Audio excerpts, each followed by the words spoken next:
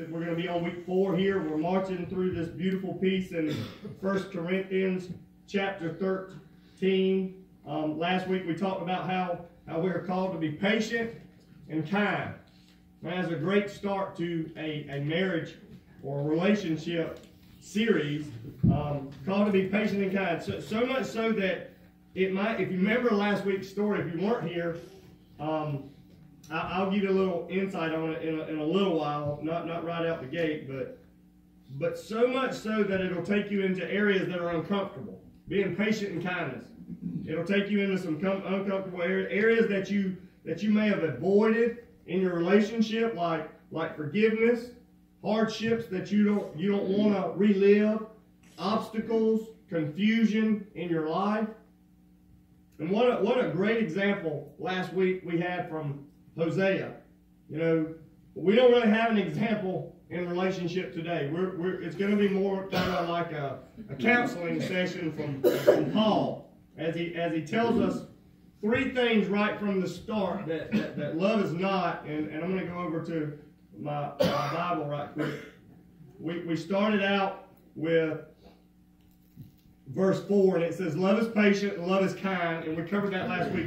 Today we're going to focus on this. It does not envy, it does not boast, and it is not proud. It does not envy, it does not boast, and it is not proud. Okay? So, first, it's patient and kind. Patience and kindness, I do believe, I've said this before, I think I said it last week. I think patience and kindness lead to every other thing in this passage that we're going to talk about. And that's why he started where he did. When he started to describe what love is, he said love is patient and kind. And in order to achieve the rest of this, you better keep coming back to this part. Patient and kindness is going to allow you to achieve the rest.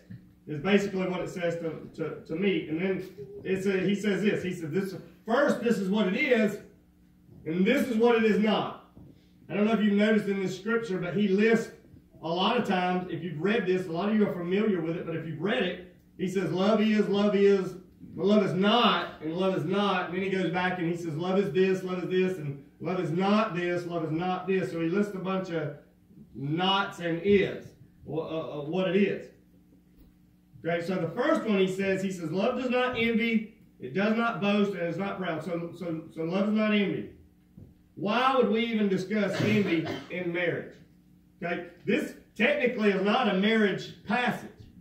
Okay, he was actually writing this to the Corinthian church, who he was writing them out of love, and he was trying to tell them what they were and what they were not doing right, and why things were not going the right way. But this is embedded in so many marriages, and we use it in counseling sessions when we talk to couples, because it's a beautiful piece, and I do believe that you can insert this right into your marriage.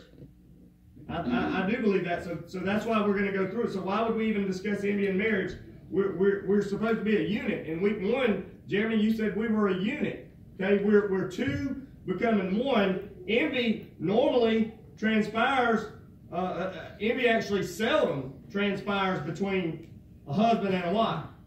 Like we aren't typically jealous of each other.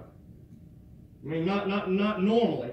I do believe it can happen, but it's rarely the case where we're jealous of each other.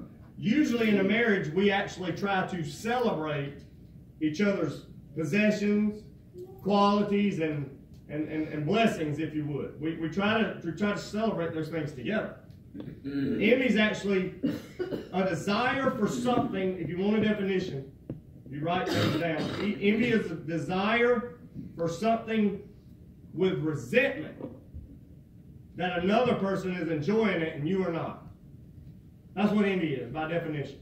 Okay? It's you wanting something just out of resentment. Not because you need it, but because you see someone else is benefiting from it and you aren't. I mean, that might not even have been on your scope. Like it may not even have been in your plans. But you see that somebody else has it and it's working well for them, and you're kind of angry that they have it and you don't. That's envy. In other words, things aren't going so well for you, but things are going well for them, and it just kind of gnaws at you sometimes. I've had a tendency to hit this occasionally. Why does it go so well for him when it doesn't go so well for me?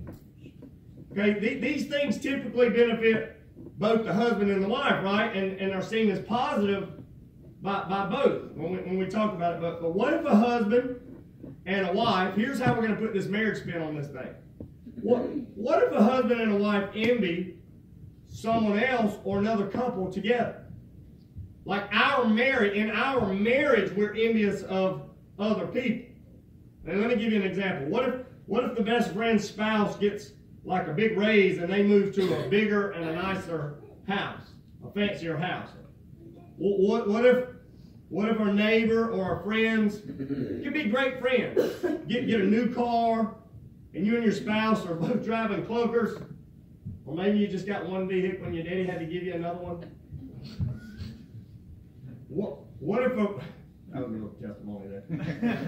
Might have been a little envy in there, right? What if a friend, this one, I've heard this one. What if a friend's wife gets pregnant with their third child, can't seem to stop having kids, but you're struggling with infertility and you've tried to have kids for years? I've heard that one. What if one couple does things a lot sweeter than another couple, and one guy might be a little more intimate in public, and maybe he shows or he cares a lot more in public, and maybe the other spouse don't, and he or she gets a little bitter about that? Like, why aren't we like that? When circumstances like these happen, that's when envy will start to wreak havoc in your relationship. In our culture, envy born out of examples like what we're talking about now, they are so present. They're so prevalent. Most of us won't own up to them, but they are. And they're very destructive. Again, because most of the time they're very discreet. Very discreet. And I think that this is how Satan enjoys it. He likes it this way. Envy is actually listed as one of the deadly sins. Doesn't sound real deadly, does it? I think that's what makes it so deadly, is that we don't give it the credit that it actually deserves as being destructive. The opposite of envy is actually the answer to solving the issue, though, which is contentment. Being content. Contentment is being satisfied with what we have in the circumstances that we are in. It's not being driven by what our neighbor has or does not have. It's actually watering the grass where we are instead of looking at all the greener grass everywhere else. It's watering your own grass instead of trying to find somewhere else to go. We can always, listen, we can always find someone that has it better than us. Always. But I'll guarantee you this. You can always find someone else who has less than you do too. Less blessing, less money, less whatever you want to talk about. Either way. And here's the problem. Here's my problem with this whole envy thing. How is our marriage or our relationship an example when we are actually envying other people? That's the whole thing here. How are we fostering our spouse or our marriage by wanting the life of another person? That's kind of what I got to thinking. Envy basically says this. This is what envy says. This isn't as good as I want it to be. This marriage is not what I want it to be. Okay? I like what they have. I want what they have. Envy becomes actually a barrier to be an example. It blocks you from witness. It blocks you from witness. Spiritually, it's okay to want what others have. You know, you can do that. You want your relationship to be godly, and you know someone who has that, man, go for it. Mimic that couple. If you know a godly couple and somebody that's doing everything spiritually the way they're supposed to do things, man, mimic that and copy that. That's not what That's not what I'm referring to, because God is being glorified in that. Okay, and that's what it all boils down to. He's not glorified in wanting material things and material changes. He's not glorified in that. That's envy. When we are content, talking about contentment, we trust that God is blessing us. Listen to this. We trust that God is blessing us at that moment, regardless of where you are. Like right now, in your circumstance and in your situation, no matter how things are going, even if you've gotten bad news, maybe you've got a funeral to go to, and just things just seem to be unraveling, you trust, content is, you trust that God is still going to bless you in some period or some time, and you may even be blessed right now, like in that moment. That may be your blessing. You trust that. That's content. The content actually understand that blessing is on the other side of hardship and barriers. And then he goes on from there and he says, love does not boast. Okay? Boasting. I don't like to think of myself as a boaster. Boasting is basically talking about ourselves. I brag. Not on myself, but I brag. We're bad about it on sports teams. I saw somebody shaking their head, so I had to call them out. Boasting is basically talking about ourselves by belittling others through your success. You ever had that person around you that you felt like, oh, wait a minute, did he just say what I think he said? Like you were belittled out of somebody else talking about their successes. That's boasting. It's magnifying personal accomplishments and talents and needs and all of those type of things.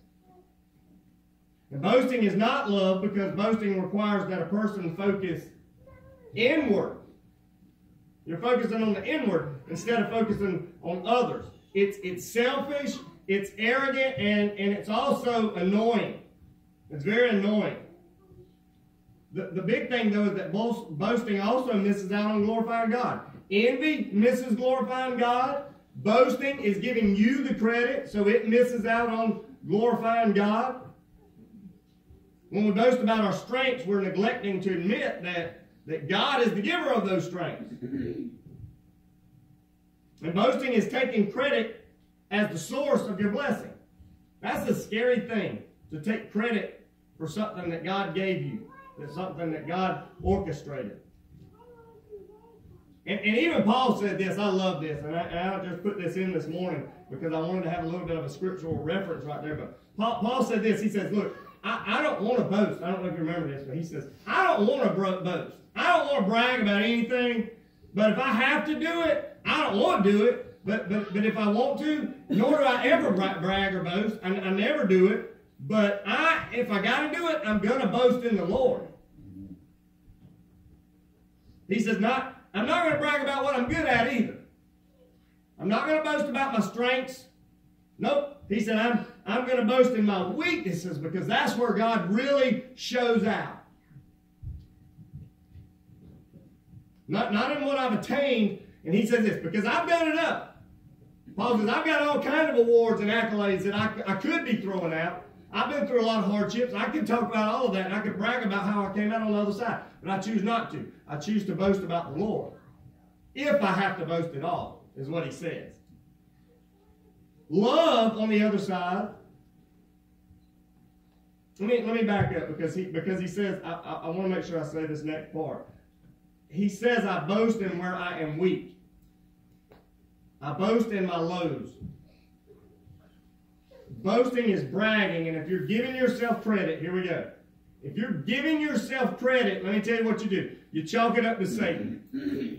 You chalk that victory up to Satan. If you're giving yourself credit for something that you've done and you're not glorifying God in that moment. Love gives other people attention.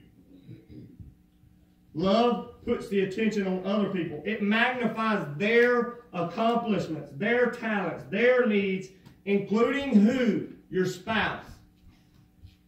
Including your spouse. I want you to just do me a favor, just off the cuff here. Just think of the last time that you that you had an opportunity to really just boast about your spouse, to just boast about them, to just brag about them. Think about the time that you had an opportunity to just really sow into your spouse in a conversation. Maybe you were just talking to them, and you just unloaded some great things about that individual. Most of us don't do that because we're so caught up in the schedule of the day. You know, you'll say, well, I don't really have a schedule. You kind of do. You just don't write it down. I mean, you already know how the day's pretty much going to play out. You already know what your plans are. Most of that time is designated to just the ordinary events of the day. We pass up so many opportunities to sow into our wives and our husbands that a lot of times while we're doing those normal things in life, we just neglect the things that really need to be tended to.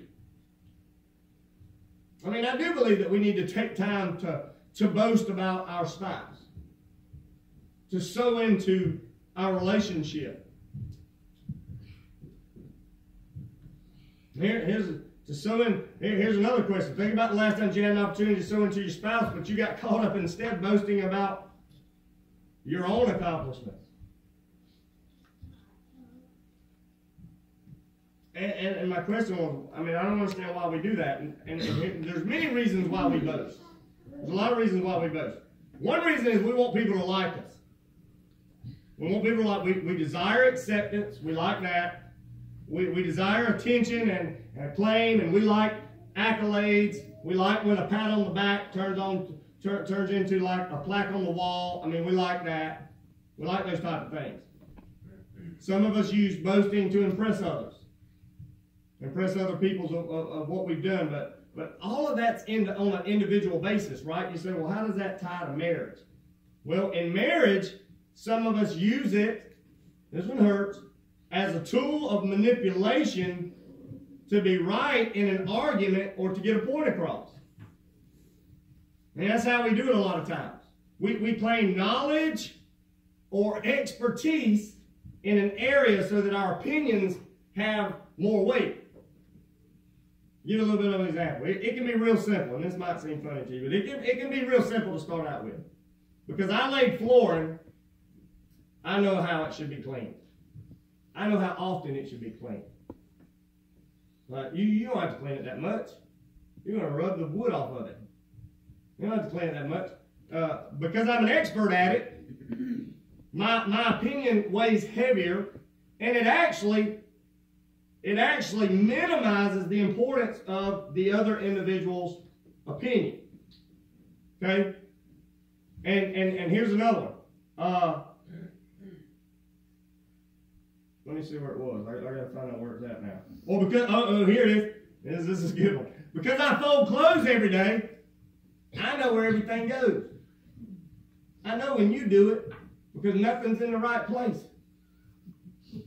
And the guys that are laughing are probably putting them in the wrong place on purpose so they don't have to do it. But it's obvious when you fold because nothing's everywhere it needs to be. Okay? I'm an expert at it. See, it starts small, but then it's going to transpire over into big is what's going to happen. Because that's going to become routine, and that's going to become repetitive, and that's going to be accepted, and then it's going to gradually grow as it has taken what? Root. It's going to start to grow, and it transpires over into big. So don't tell me what I should or what I shouldn't feel. Here we go. It hasn't happened to you, honey. Don't tell me how I should feel. You haven't lost this particular person in your life. Don't tell me how I should feel. I'm the expert here in this moment. You've never lost. You've never been treated this way. You've never had this happen to you. Doing this actually belittles our spouse. And what we need to do is we have to remain open-minded and consider our spouse's opinions and their feelings all the time. All the time. Be accepting of anything that they're feeling, of anything that's on their heart. We have to stop looking inward at ourselves and our relationships.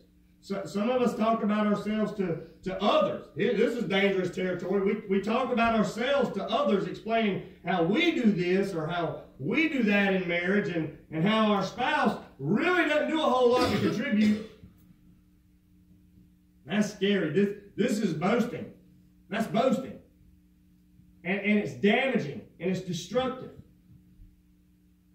It corrupts our perspective of our spouse, and it skews what others think about your spouse. It gives them this one view. You give them a view through your eyes of your spouse. And you have to be careful that you're not boasting to others, highlighting what you do as a wife or a husband, and you're trashing or you continue to talk negatively about what your husband or your wife lacks. That's your business. That should stay in your relationship, not on social media, not in the ears of who you're closest to at your job site. He says, love is not proud. Love is not proud. Another common element of the disagreements that we're talking about is that couples constantly blame each other for the misery in their marriage a lot of times, for the struggle in their marriage. We all fail to take responsibilities for our actions. We're just not good at it. And when we do that, it's going to turn into dysfunctional. Is what's going to happen. The biggest misfortune to not taking responsibility, to me, is that issues go what? Unresolved. Unresolved. And it becomes like that ping pong ball thing we did, where the ping pong balls just start to fill up in the vase. And before long, you just got a lot of unresolved issues in that vase. And your whole life, that vessel of marriage is just filled with that thing. Now you've got unresolved issues and your marriage is just waiting to explode and unfold and unravel right there before you. And bitterness starts to build, and it leaves couples disconnected. So what's at the core of the disagreements? The blaming and the power struggles. Here it is. What he says here. Proud means pride. Pride. Pride is often at the root of all of the problems in a marriage. Most of the time, pride causes divorce papers to be filed. Pride justifies wrongdoings. Pride causes total and complete chaos in marriages. But bottom line is, I tried to write down a bunch of things that kind of lined up with pride. And you got recklessness, selfishness, arrogance, unforgiveness, intolerance, self-righteousness, anger, defensiveness, and the need to be right all the time. All of that stems from pride. And here's an unfortunate situation. Pride eventually leads to loneliness. It always leads to loneliness, which is ironic to me, because that's the biggest fear of a prideful person, is being lonely. To feel inadequate or rejected often causes an instant reaction of a person to do what? Protect themselves with all their might. With all their might. And here's the problem with that. It doesn't matter who gets hurt. Doesn't matter who gets hurt. I like to say it this way. Matter of fact, I think I said it to somebody the other day. Torn down people are good at tearing down others. People that are torn down will tear somebody down in a minute. You know why? Because they feel like it builds themselves back up. It gives them a sense of accomplishment. Torn down people are good at tearing down others. My question is this. Let me just ask you a question. Okay? For those of you that have to be right, and I don't think that you're going to, if I asked, I don't think when you'd say, well, that's me, I like to be right all the time. I think there are times when we all hit that. Well, you know what, I'm going to be right this time. I think we all hit that. Well, let me ask you a question. Do you want to be right, or do you want to be married? I mean, really, it's simple as that, because you can't always have both. I've said it before. Sometimes you just got to give in. Sometimes you just got to give in. So what can you do if you find yourself taking on a prideful attitude in your marriage? Okay, what can you do? Here's one. Be humble. Humility. You can be humble. How? Well, with insight and empathy is one. I just don't believe. I'll say this is probably some of the most manly men that I've ever been around in a church. I'll say that. And I'm manly too. I got deep voice. I can be manly. It is. But here's the thing. And when I say this, I don't want you to take it wrong, obviously, but how often do we just sit down and just talk to our wives? I mean, honestly. Just how often do we just pour into our wives? I only say that because I'm a guy. I can flip it as well and say it to females. How often do you, don't not do it because he's not doing it. That's oftentimes what we say, well, he's not comfortable with that. Well, you know what? That's what's going to make your marriage stronger. And eventually, through prayer and your desire to know him more, he's going to want the same thing in turn with you. So I think there has to be a time where we sit down and we have insight and we have empathy toward each other. And we learn to love each other without the kids around. I know that's hard. But sometimes you have to do that. You got to do that. I think sometimes if we could just stop talking so much, we could sometimes hear what our spouse needs. If we could just close our mouths sometimes and just listen. I think the second thing you can do is just take responsibility. That's the most critical step in approaching your marriage with humility to me. Take responsibility. Man, just own up to some things sometimes. See your part and admit where you were wrong. And I think that actually just melts a bitter heart instantly. I mean, I love to hear my children say, I'm sorry, I was wrong. It don't happen often, but I like to hear it. I mean, we literally tear up and we're like, what did you just say? You just say you were sorry? There's something really, like that makes you want to brag. You want to be like, hallelujah, praise God, Jesus. We had an apology. I think we're like that with our spouses as well. Sometimes we need to say, you know what, I'm sorry, baby. I'm sorry, honey. I'm sorry that we're in this position. I'm sorry this is what's happened. I'm sorry, things aren't going the way that they need to go. Maybe we need to pray together or do something. Take responsibility. I'm not trying to counsel you. This is biblical stuff here. Not admitting when you are right will in turn do the same. Like you don't say, sometimes you just got to say, you can't say, oh, I told you so. I told you this the other day. But to me, when you say that, when you say that, it's kind of a reminder that I was wrong. And I don't necessarily like that. I think the next thing you can do is exercise grace and forgiveness. Rather than getting stuck in justification on why you do what you do, learn to give your mate grace and forgiveness. I mean, we claim it in our relationship with Christ, right? So we should be giving it unto others. Like offer forgiveness outside of circumstances. What I mean by that is have forgiveness on reserve. Like knowing that something's coming up where you're going to have to give out some forgiveness. Don't just let it be a spur of the moment thing where you have to find it and you have to. Don't want to be praying for forgiveness about something that might happen. Have it on reserve. And here's the last thing that I think could help is selflessness. That's a scary one. This is a challenging one. I think as human beings, our nature is to look out for number one. Which of course is yourself. That's the big thing. However, humility is an act of selflessness. That's what humility is. Selflessness.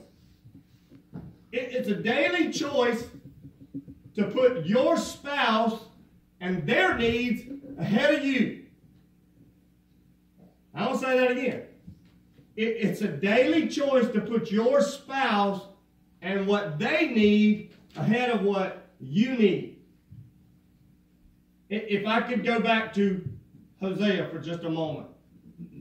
For those of y'all that didn't know the story, Hosea was told by God to go marry a prostitute. So he marries this prostitute. Like he's faithful to the Lord. He marries her. She has a kid. It's not his kid. The kid's name God will sow. So Hosea continues to raise this child. She has another child that's not his, and its name is not mine. And he continues to raise that child. She has another child, and that child is named not loved. And he raises that child. In the meantime, she bails. She leaves. She goes and she does what she does. She's prostituting. So Hosea is just left there with the kids. Not loved, not mine, and God will sow.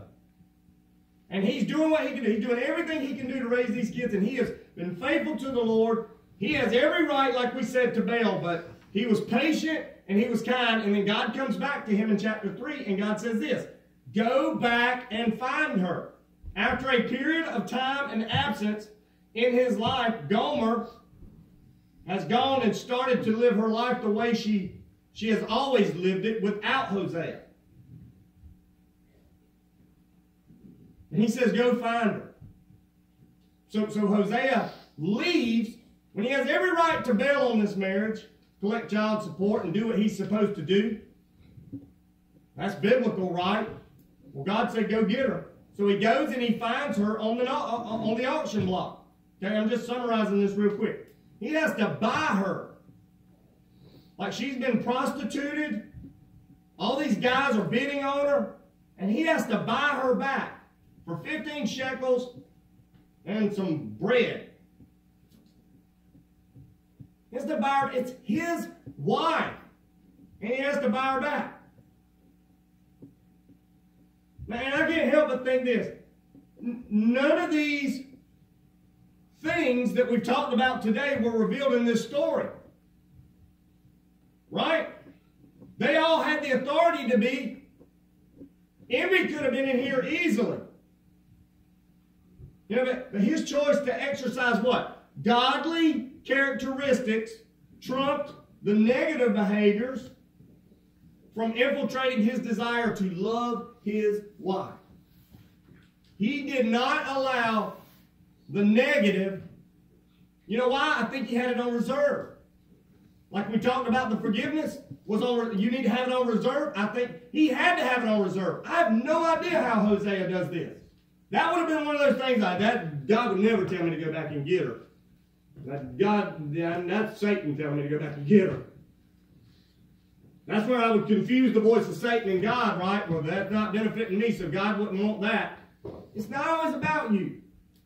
I've said that in every sermon. It's not always about you. That's the selflessness that we need to avoid. So he could have been jealous, right? We talked about envy. Hosea had every reason to be jealous. Everybody knew his wife.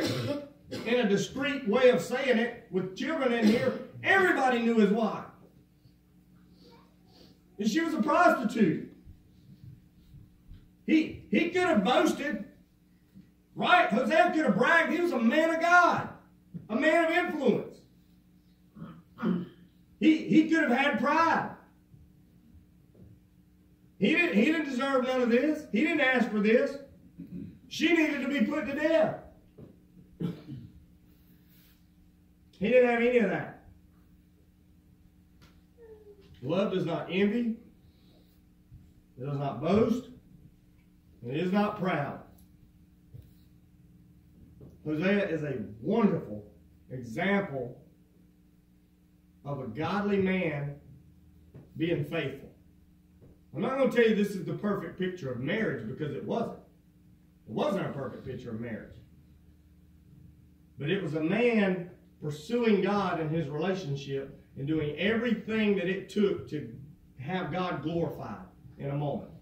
Every one of these things that we've mentioned today, take the glory from God and put it on an individual. Every one of them. And that's why he says love is patient, love is kind, love does not envy, it's not jealous, it does not boast, it does not brag, and it is not proud or prideful. If you're any of these, your marriage is doomed for failure. If you feel like you're any of these, and maybe that you have a hint of these during this time of invitation in a moment, man, you need to pray these things out of your life. You need to make sure that that vessel that we talked, I started to bring it back today, but that vessel we talked about with those balls aren't starting to fill up with unresolved issues, with pridefulness, with envy, and with bragging or boastfulness. The opinions of others driving your marriages. But again, like I said, Hosea takes me to our example in Christ.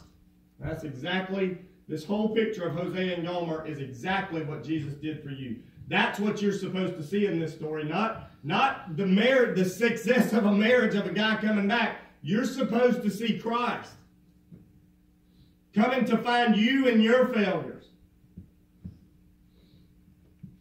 And when he said, go marry yourself a prostitute, the Lord said to Jesus, go rescue these adulterous people. That's the picture we have here. So Jesus comes to rescue the adulterous people. He dies on a cross.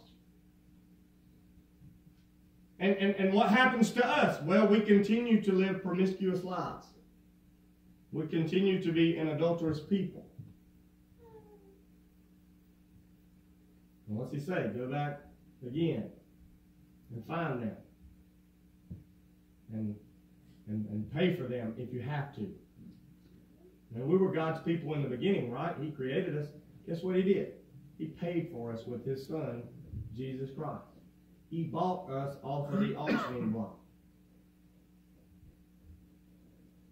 Our marriages are to be a picture of the love that Christ has for the church. And I think it's really high time that we start to put a lot more emphasis on it.